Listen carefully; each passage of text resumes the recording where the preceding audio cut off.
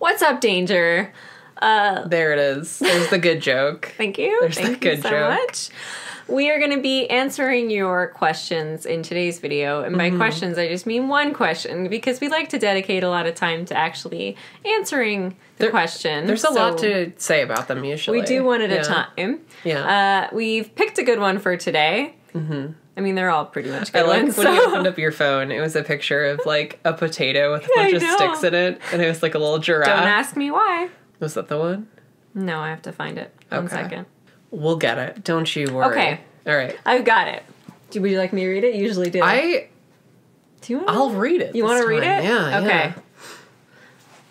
She's gonna read it. Okay. Not me this time. Now we're gonna start out a little mysterious here because the subject is, should I tell my partner? Oh. Hello, Ange and Niko. I have a bit of a predicament that I was hoping you could help me with. I'm 26 years old and in a long-term heterosexual relationship. I've only ever been in relationships with men, but I've been noticing over time that I may not be as straight as I've come to think I was. I love my partner and I have no plans to be unfaithful or to end the relationship. But I'm not sure whether or not he should know that I've been noticing women as well. Does it matter? I kind of feel like I'm hiding something from him, but I don't want him to think that I'm considering jumping ship. Any advice would be helpful. I'm a bit embarrassed to talk to any of my friends either, because it seems like it's such a random time for it to have come up. Thank you both. Love, signed, Confused and Anxious. So. Oh, and that's another thing that I don't think we've ever mentioned. You don't have to leave your name if you don't want. This person chose to be confused and anxious. You can write down whatever you want. Maybe they didn't choose to be confused and anxious, but that hurt a little bit. I'm sorry. I got hit with the phone. I know. It was supposed to land on that soft blanket. Yeah. So, thank you for writing in Confused and Anxious. Yes. I can't stop saying confused and anxious. It's very pleasant to say, despite how unpleasant those words are. Yeah, and confused how unpleasant and it is to feel. Yeah. Confused and anxious. Yeah, it's nice. Well, anyway, so this is a big question. It's a big question. It's got a lot going on, and Dawn's going to join us here. Hi, baby. We're going to get some help from Dawn. Come here. The question asker's like, come on, people. I need help right now. Please. I am both confused and anxious. I am both confused and anxious, and I need it. Don't you touch that. She's gonna. Dawn. Do you have some thoughts? About the question. Yeah. I was like, about Dawn? I have lots of thoughts. Okay. Here, baby. Yeah, I do have some thoughts. So, I'm going to kind of read between the lines of this question. What I'm hearing from the question asker is that they are concerned that sharing this with their male partner, that he would cause anxiety for him, or would cause insecurity for him, or would just disrupt the balance they've struck. Yeah. That's kind of what I'm getting at of this question. It sounds like they have a healthy relationship, and it sounds like she's happy. Yeah, she said I think that's all she wants to stay with him, it and sounds she's like not it's happy. She doesn't necessarily don't. I just have to hold on to her. Yeah. She sounds like have to be. Hi. My little. Hi, baby. I know. She sounds... Sorry, question asker. This is very disrespectful, but this is also like a really cute cat. Trying to help. Yeah. I'm hearing question asker... She's purring. Yeah, I'm hearing question asker say, like, that this isn't something she's interested in physically exploring at this moment, especially because she's planning... It sounds like she's planning to stay with this person. Not that she had to leave this person to explore this, but that she wants to singularly stay with this person. They're in a monogamous situation. Yeah. Yeah. So my actual thoughts are... Here's what I'm going to say. Yeah. If it were me, I would tell him. Yeah. But you would know yourself and you would know your partner way better, and your circumstances could be different than, you know, what I would do. If it were me, I would share with my partner in hopes that he could have a closer... I think that it could bring you closer to better understand your truth and who you are, and to share that with someone. Like, when you have a realization about yourself, and I'm sure for the question asker, this isn't something she woke up and is like, you know what? It's going on for probably a long time of, like, slowly, gradually, like, am I? Is this? Is she? And then it's like you get to the point where you're like, do I need to share this with people? And it's always your choice. You don't have to ever share it with people if you don't want to. But I think at the same time, you have an opportunity to be closer to your partner by sharing a truth about yourself. That's my thoughts. But again, what I'm kind of getting from this is that she's concerned that her partner won't take the news with joy. Yeah, there's a couple elements to it. Yeah. One, I would want to start to say, I think it's really important in any relationship, whether it's straight, gay, whatever it is, that I think it's pretty okay and healthy to talk with your partner about what and who you're attracted to. For sure. Because the reality is, you can love someone with all your heart and you can be deeply attracted to them and you can be in a monogamous relationship. You're still going to find other people attractive. You're a person. You're a person. Yeah. And it happens. And it can be hard in relationships sometimes because people don't always want to admit that they still find other people attractive. Yeah. Because so often they might be insecure that if someone finds someone else attractive, it will jeopardize their relationship. Do you want to leave me? What does that mean about Exactly. us? Or do you think that I'm unattractive because you find this other person attractive? And none of those things are true. It's kind of like we were talking about, like, some couples are weird about each other if one finds that the other one was watching porn. Yeah, there are couples who feel that way. And I know couples who feel that way, but it's just, it's kind of like people can have fantasies, people can be attracted to individuals that are not you. And I'm glad we both have a relationship where we can do that.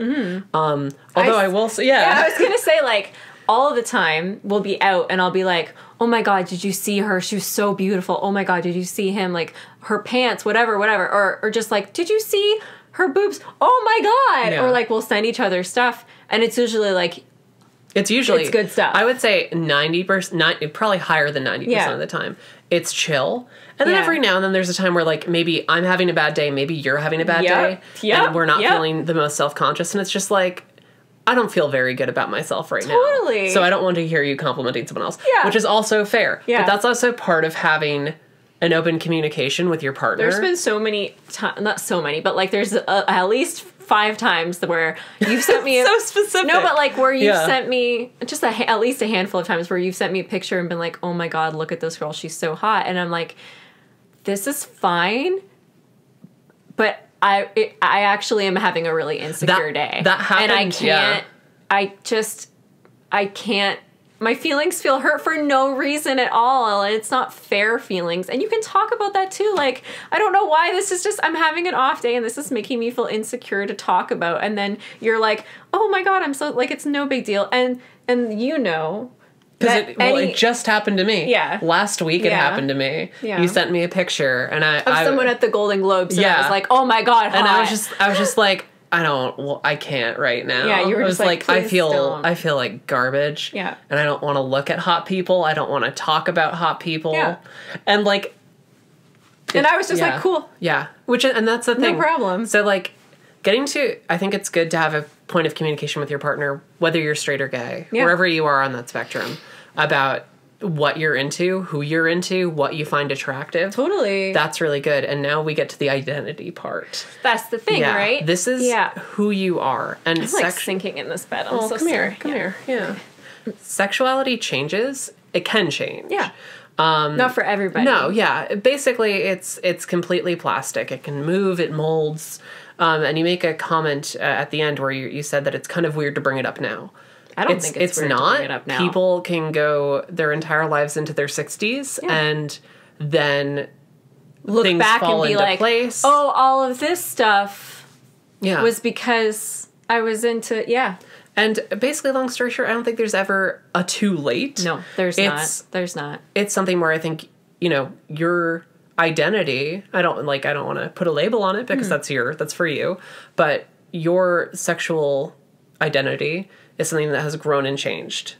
And I think communicating that with your partner, especially if they are a long-term partner who you want to have a long time, who you love and respect, sharing that about yourself is important. And I think that, again, if those two conversations, the conversation about attraction versus action, and I think that's the same thing too. It's like, I can watch porn. Mm-hmm. It doesn't mean that anyone's cheating on anyone. No. It's like, it's a fantasy. You can do a... Strike that one from the record. Yeah. It's always You can always do a cum to yourself. I don't know how to keep talking now. So, we just got monetized.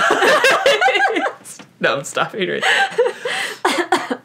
But yeah, long story short, I really do think you should tell them. And I think you should tell your friend. Yeah, don't ever do anything that you don't want. But you're asking... you want to do this, it sounds like it's something that is causing you confusion and anxiety, and that it's weighing on your heart in some way, shape, or form. Enough that you're writing to strangers, which we're grateful for. Listen, absolutely. We love it. And I'm not saying that in like a bad way. No, but that you're like, I need to talk to somebody about this. The fact that you're reaching out to us, I think that there's people in your life who you probably want to share that but joyous maybe don't discovery. feel ready. Yeah. And that's okay too. But that's what I'm saying. Like, again, it's all comfort. And I think that goes without saying, but it's important that we say it anyway. Yeah.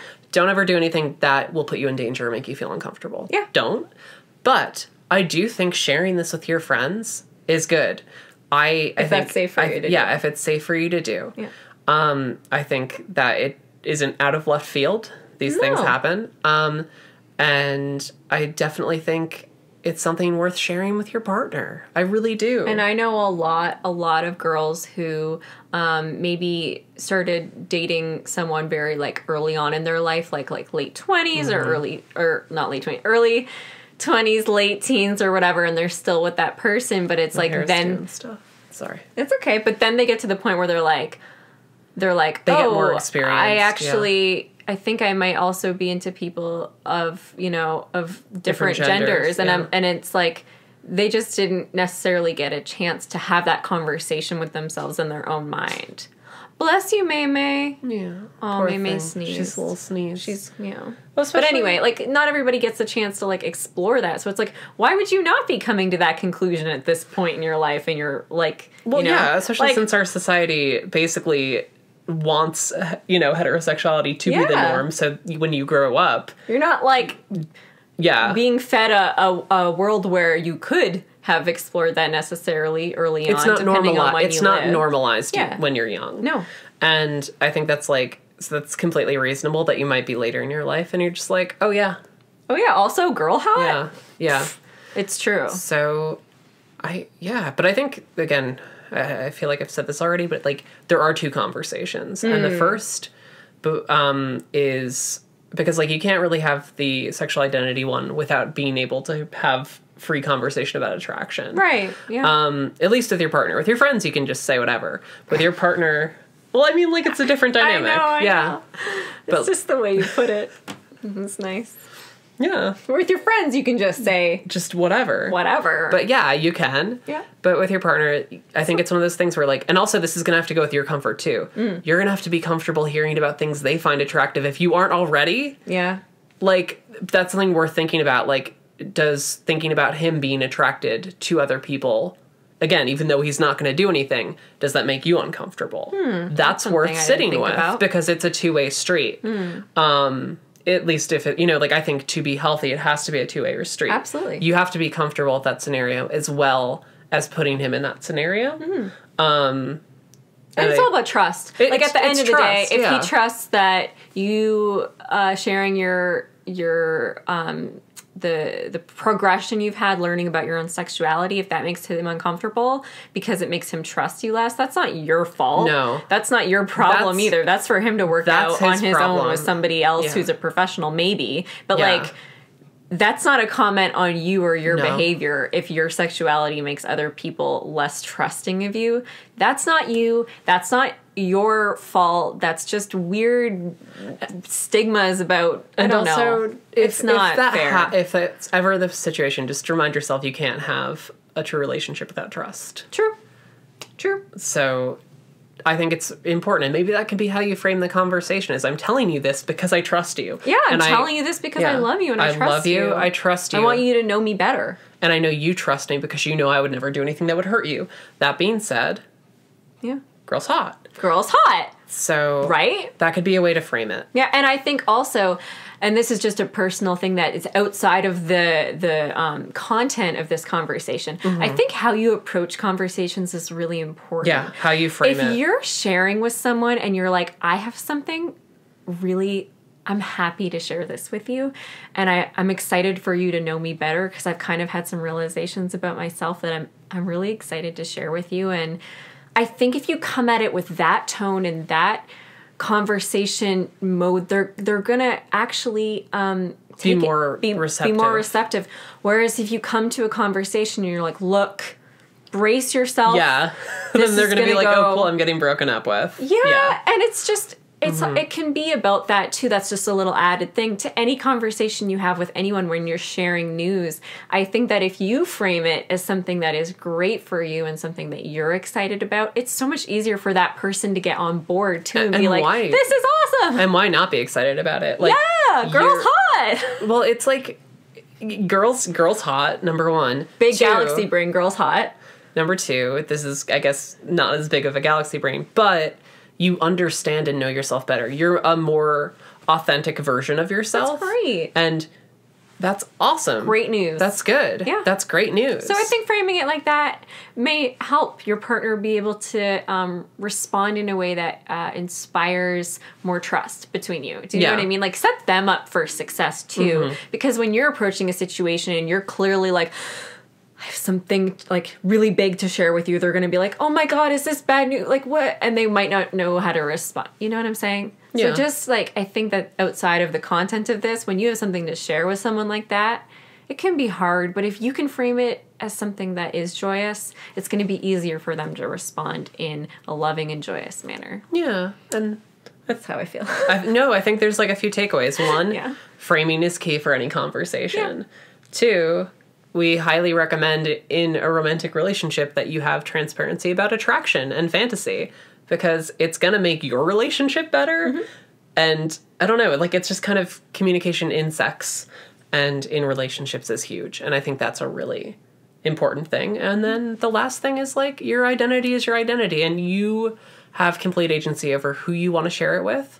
But I think, again, with the nature of how you've described this relationship, I think it's a huge thing to share your most authentic self with this person. Even if you don't think you're going to act on it because you want to be with this person. Absolutely. Like, those are still valid feelings. Like, your attraction is still valid regardless of anything else. So and also, that's like, the most, you know? It sounds like you're super concerned about it. Let them know that this isn't you trying to be like, can I test stuff out? Yeah, you're just telling them that those are feelings.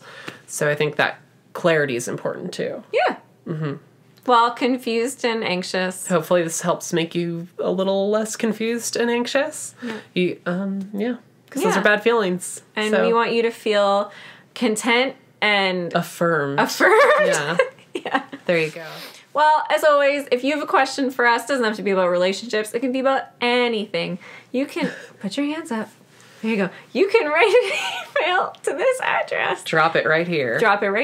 And we'll answer it maybe. You know? We will. We'll pluck it right out and go. We won't lick our fingers before touching the pages. I'll lick all of the page corners. Don't do that. No. The librarians will love it. Okay, thanks for watching. We'll see you next time. Bye. Bye.